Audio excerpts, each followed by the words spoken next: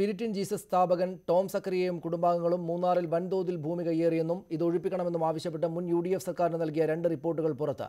2012 land revenue കമ്മീഷണറും 2013 ആഭ്യന്തര വകുപ്പ് സെക്രട്ടറിയുമാണ് Tom സക്കറിയക്കും കുടുംബാംഗങ്ങൾക്കുമെതിരെ നടപടി ആവശ്യപ്പെട്ട് റിപ്പോർട്ട് നൽകിയത്. മൂന്നാറിലും പരിസര പ്രദേശങ്ങളിലും 2000-ലേറെ ഏക്കർ ഭൂമി കയ്യേറിയ ഈ കുടുംബത്തിനെതിരെ 5 വർഷം കഴിഞ്ഞിട്ടും കയ്യേറ്റത്തിന് നടപടിയില്ല. പാപ്പാത്തിച്ചോലയിൽ കുരിശു സ്ഥാപിച്ച സംഭവത്തിൽ പോലീസ് കേസെടുത്ത ടോം സ്കറിയ, പിതാവ് വെള്ളക്കുന്നേൽ സ്കറിയ, മറ്റ് 7 കുടുംബാംഗങ്ങൾ എന്നിവർ വൻകിട കയ്യേറ്റക്കാരാണെന്ന് 5 വർഷം മുമ്പ് കണ്ടെത്തിയ 2 റിപ്പോർട്ടുകളാണ് ഇപ്പോൾ പുറത്തു വന്നിരിക്കുന്നത്. 2 റിപ്പോർട്ടുകളും മുൻ UDF സർക്കാരിന്റെ കാലത്താണ് സമർപ്പിച്ചത്.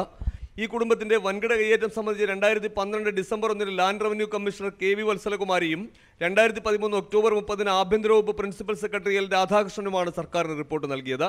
റിപ്പോർട്ടിന്റെ പകർപ്പ് ന്യൂസ് 18 ലഭിച്ചു. വെള്ളിക്കുന്നേൽ സ്കറിയ, ഭാര്യ മേരി സ്കറിയ, മകനും ഇപ്പോൾ കുരിശു സ്ഥാപിച്ച സംഭവത്തിൽ ആരോപണ വിധേയനുമായ ടോം സ്കറിയ എന്നിവരുൾപ്പെടെ 13 കുടുംബാംഗങ്ങൾ വൻതോതിൽ ഭൂമി കയ്യേറിയിട്ടുണ്ടെന്നും ഇവർക്കെതിരെ സ്വമേധയാ നടപടി സ്വീകരിക്കണമെന്നും ലാൻഡ് റവന്യൂ കമ്മീഷണർ KB വത്സലകുമാരിയുടെ റിപ്പോർട്ടിൽ നിർദ്ദേശിക്കുന്നു.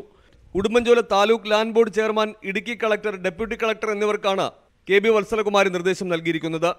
ഭൂപരിഷ്കരണ നിയമത്തിൽ നിർദ്ദേശിക്കുന്നതിലും കൂടുതൽ ഭൂമി ഇവരുടെ കൈവശമുണ്ടെന്നും ഈ നിയമത്തിന്റെ 87(1) നിയമപ്രകാരം ഇവർക്കെതിരെ സ്വമേധയാ നടപടി സ്വീകരിച്ച് വീണ്ടെടുക്കേണ്ട കയ്യേറ്റ ഭൂമി കണ്ടെത്തണമെന്നും റിപ്പോർട്ടിൽ നിർദ്ദേശിച്ചിരുന്നു. എന്നാൽ ഈ റിപ്പോർട്ട് നൽകി 5 വർഷം കഴിഞ്ഞിട്ടും മൂന്നാറിലെ വൻകിട കയ്യേറ്റക്കാരായ ഈ കുടുംബത്തിനെതിരെ നടപടി ഉണ്ടായില്ല. അതിനിടെയാണ് പാപ്പാത്തിച്ചോല കുരിശു സ്ഥാപിക്കൽ വിവാദത്തിൽ ഈ കുടുംബത്തിൽ നിന്നു തന്നെയുള്ള ടോം സ്കറിയ ഉൾപ്പെടുന്നത്. ഇടുക്കി ജില്ലയിൽ വൻതോതിൽ വ്യാജപട്ടയങ്ങളും രേഖകളും ഉണ്ടാക്കി വെള്ളിക്കുന്നേൽ സ്കറിയയും മക്കളും വൻതോതിൽ ഭൂമി കയ്യേറിയിട്ടുണ്ടെന്ന് 2013 ഒക്ടോബർ 30 അന്നത്തെ ആഭ്യന്തര സെക്രട്ടറി L രാധാകൃഷ്ണൻ സർക്കാർ നൽകിയ മറ്റൊരു റിപ്പോർട്ടിൽ വ്യക്തമാക്കുന്നു. ഇക്കാര്യം അന്വേഷിച്ച് കേസ് രജിസ്റ്റർ ചെയ്യാൻ ക്രൈംബ്രാഞ്ച് ADGPയുടെ നേതൃത്വത്തിൽ ഒരു അന്വേഷണ സംഘത്തെ നിയോഗിക്കണമെന്നും റിപ്പോർട്ടിൽ വ്യക്തമാക്കിയിരുന്നു. എന്നാൽ കോട്ടയം ക്രൈംബ്രാഞ്ച് ഒരു കേസ് രജിസ്റ്റർ ചെയ്തതല്ലാതെ മറ്റ് നടപടികളൊന്നും ഉണ്ടായില്ല.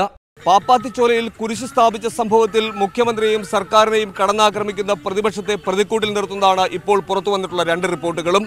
മൂന്നാറിലെ വൻകിട കയ്യേറ്റക്കാരെന്ന് കണ്ടെത്തിയ വെള്ളിക്കുന്നേൽ സ്കറിയയ്ക്കും മക്കൾക്കുമെതിരെ 5 വർഷം കഴിഞ്ഞിട്ടും നടപടി സ്വീകരിക്കാത്തത് ഈ കുടുംബത്തിന് LDF UDF സർക്കാരുകളിലുള്ള സ്വാധീനമാണ് വ്യക്തമാക്കുന്നത്. ബിജു ഗോപിനാഥ്, ന്യൂസ് 18, തിരുവനന്തപുരം.